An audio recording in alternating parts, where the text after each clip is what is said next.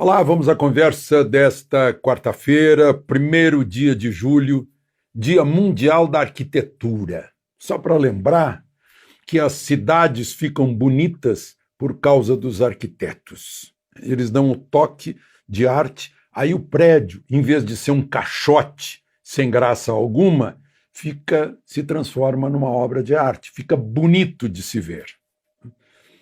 Parabéns aos arquitetos. E se você não estiver inscrito, inscreva-se. A gente está indo para o 2º milhão. E ao final não esqueça de dar o seu like ou o seu dislike.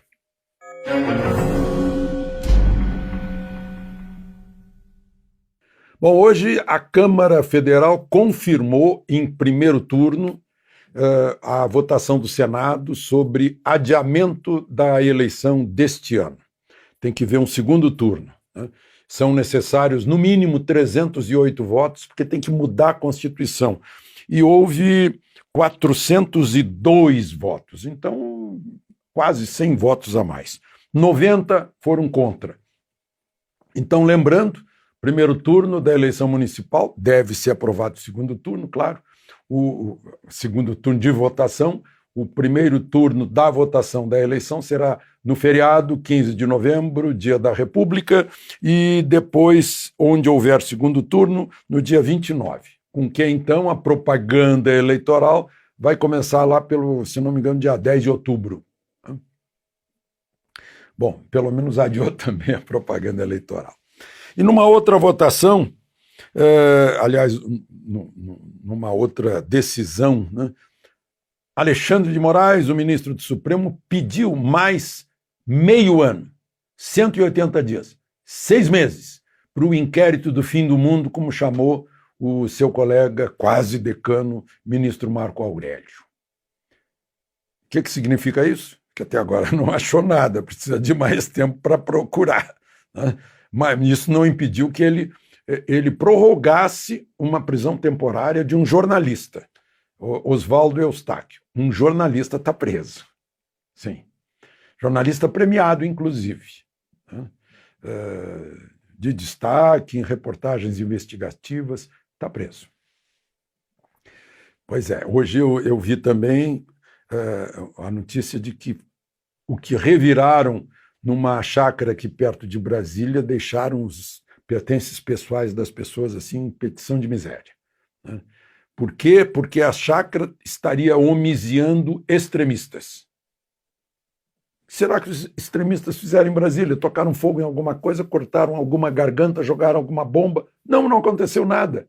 Só houve protesto. Protesto que está garantido pela Constituição, direito de manifestação. Porque se valer isso, aí os governadores anteriores que hospedaram movimentos como o MST em lugares públicos, inclusive forneceram comida, né, vão ser considerados cúmplices pelo ataque ao Ministério da Agricultura, pelo ataque ao Itamaraty, pelo ataque à Câmara dos Deputados. Isso sim aconteceu, né? Eu não sei o que está acontecendo. Hoje, por exemplo, na China prenderam gente, tem uma nova lei de segurança nacional para impedir protestos.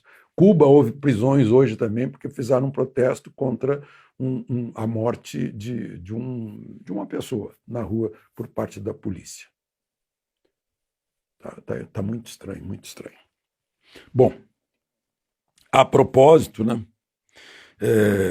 deu 44-32 no Senado. Tem gente que disse que foi equilibrado. Não foi, não. Isso é um desequilíbrio. 44 senadores votarem pela censura, fingindo que não sabem ler o artigo 5º da Constituição, o artigo 220 da Constituição. Meu Deus! Então, é a lei da censura, projeto de lei da censura, que alguns chamam de fake news. Fake news é o nosso inimigo, porque está fazendo concorrência, as redes sociais estão fazendo concorrência para nós. Vocês entenderam por que alguns calam diante da mais aberta agressão à privacidade prevista na Constituição, a liberdade de expressão, né, garantida pela Constituição, liberdade de opinião garantidas pela Constituição, né? E o óbvio também, a Constituição não permite o anonimato. Não precisa fazer lei, mais lei para isso, já está lá, o anonimato não é permitido. Eu acho que, não havendo anonimato, a gente descobre quem foi o autor de ameaça, ou de injúria, calúnia, difamação, pega e cobra danos morais, pega no bolso, né? Interessante. E enquanto o Senado está fazendo isso, né, o ministro Alexandre de Moraes está correndo paralelo contra a liberdade de expressão, porque estão ameaçando, houve ameaças, ou o governador de Brasília, que é o caso da chácara, ou alguém do Supremo, né? Houve ameaça, sim, mas pegue as pessoas que fizeram ameaças horríveis, mas peguem, é fácil de pegar, está no Código Penal. Né? Passa um dia inteiro chamando o presidente Bolsonaro de genocida, ele não processou ninguém. Né? Eu recebo também, não bloqueei ninguém, não bloqueei o direito de expressão. O sujeito fazendo isso já mostra quem é, e mostra que foi atingido por alguma coisa, não está gostando. É o seu direito de não gostar. Né? Agora, quem é que vai decidir lá nesse projeto de lei que foi aprovado por 44 senadores? Quem é que vai decidir o que você pode receber ou não pode? O que você vai gostar de receber ou vai desgostar? Quem é que vai decidir se você não tem neurônio e é um incapaz de perceber que isso é falso? Alguém vai decidir por você? É uma ofensa. Achar que tem que... Não, eu vou proteger você, vou fazer um filtro porque eu acho que isso aqui é falso. Se for falso, a gente percebe. A gente não é trouxa, não. Se a gente põe notícia falsa, é fácil a gente... Pela própria rede, a gente dá uma pesquisada e vê que é falso.